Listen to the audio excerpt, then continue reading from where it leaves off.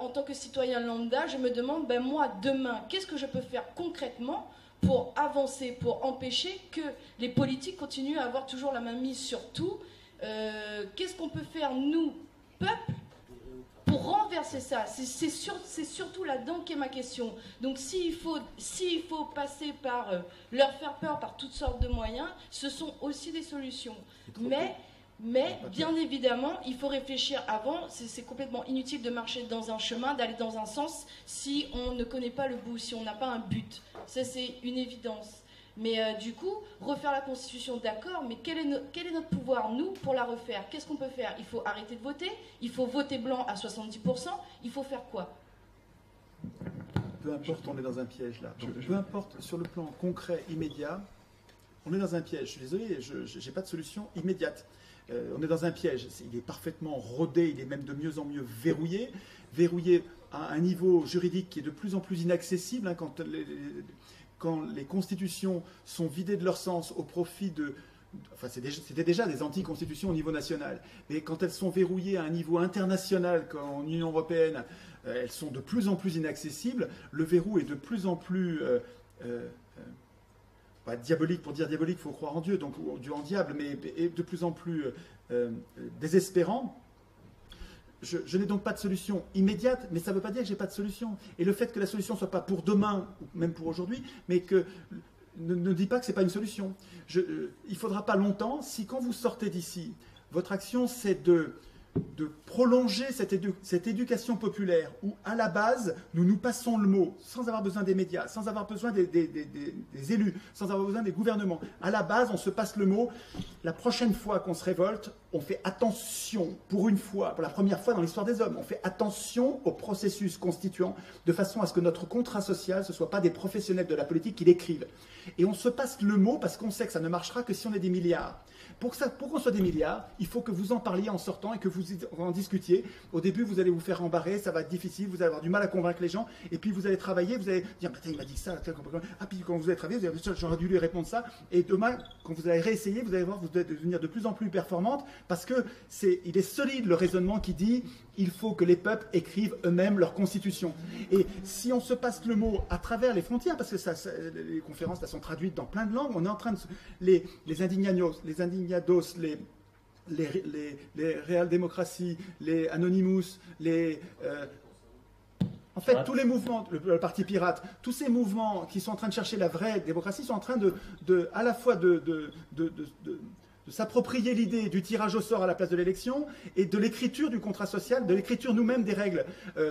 Il faut que ça se passe à l'échelle mondiale, effectivement, et puis qu'il y a un moment, et le fait que je ne puisse pas vous dire à quel moment ça va germer, ça ne dit pas du tout que ça ne va pas germer, c'est pas grave, on ne sait pas le moment où ça va se passer, mais le fait que ce soit désorganisé fait que nous ne sommes pas attrapables, on ne peut pas se débarrasser de nous parce que ça part dans tous les sens de façon anarchique mais aussi insaisissable.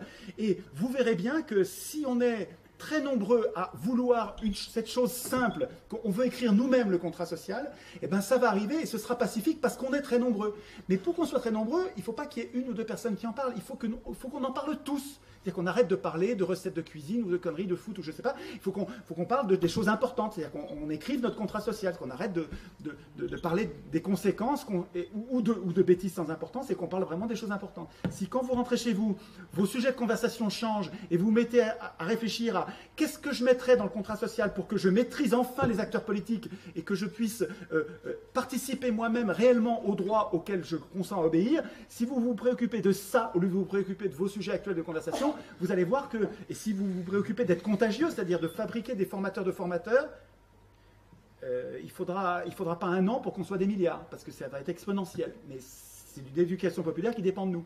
Et ça précède l'action.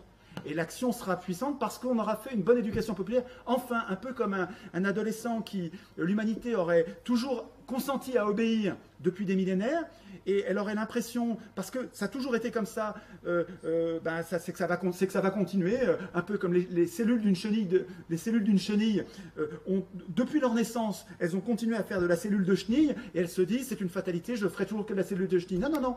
Elles sont programmées pour un jour se transformer et s'émanciper, devenir des cellules de papillon. Elles ne le savent pas encore, mais tout en même temps, elles vont se mettre à faire des cellules de papillon. J'aime bien cette image-là.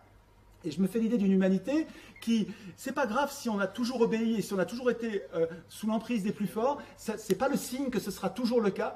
Il y a peut-être simplement une conscience des cellules de base que nous sommes qui se passent le mot comme des virus, on parle de gentils virus là, à mon avis, c'est une solution qui est prometteuse parce que sans ça, tout ce qui est rapport de force, ils ont tout. Ils ont l'argent, ils ont les pouvoirs politiques, ils ont les médias, ils ont la culture, ils ont les entreprises, ils ont l'armée, ils ont la police. Laisse tomber le rapport de force. Il n'y a aucune chance, on va se faire laminer. Par contre, on peut coller une maladie au monstre. C'est-à-dire que si on prend conscience, si toutes les cellules du corps social, parce qu'on est l'immense majorité, on prend conscience de ce qui nous réunit, qui est notre impuissance politique, et que ce n'est pas du tout une fatalité. Il suffirait que nous décidions de décrire nous-mêmes notre puissance politique pour que ça change. Eh bien, on se passe le mot et on fait de chaque cellule passive, de chaque cellule endormie du corps social, on les transforme, on se transforme tous en soldats. Et là, tu vas voir que ça change. Hein, mais ça se prépare. Il faut qu'on change de sujet de conversation. Quoi. Quand on rentre chez nous, il faut qu'on change de sujet de conversation. L'accès à l'information, c'est ça. Hein, je vois qu'en première action, c'est s'informer, informer les autres et confronter son information. Ne pas avoir peur de discuter avec des gens qui ne sont pas d'accord. Au contraire, c'est le non-consensus ou la discussion, on n'aboutit pas forcément à un consensus, mais ça fait forcément d'avoir la démarche de discuter. Et si on arrive à un processus constituant, il faudra qu'on soit rodé à discuter avec des gens avec qui on n'est pas d'accord, qu'on ait la capacité d'apprendre et de discuter avec des gens pour trouver un argument. Et c'est très important. Et ça, on en est privé actuellement. Il n'y a pas de débat, il n'y a pas de débat politique, il n'y a pas d'information politique. Saisissez-vous-en et faites-le. C'est pour ça qu'on organise ce cycle de débat, parce qu'on veut que les gens rediscutent. Il faut que vous discutiez, vous, avec vos proches, vos amis. C'est très important. Et au plus haut niveau. Et ça, c'est au quotidien, c'est très facile. Ça demande juste de dire, tous les jours, j'en parle avec une personne. Et essayez, c'est pas facile, hein, vous allez voir. Parce que les gens ne sont pas forcément ouverts. Ça demande une petite gymnastique de se mettre d'abord en confiance avec l'autre. Hein, c'est tous les sujets qu'on a abordés. Hein, d'abord avoir confiance dans la relation pour pouvoir aller assez loin dans la discussion. Bonne gymnastique mentale, hein, je vous y encourage vivement, vivement, vivement. Et puis continuer à diffuser l'information, ça c'est très très important.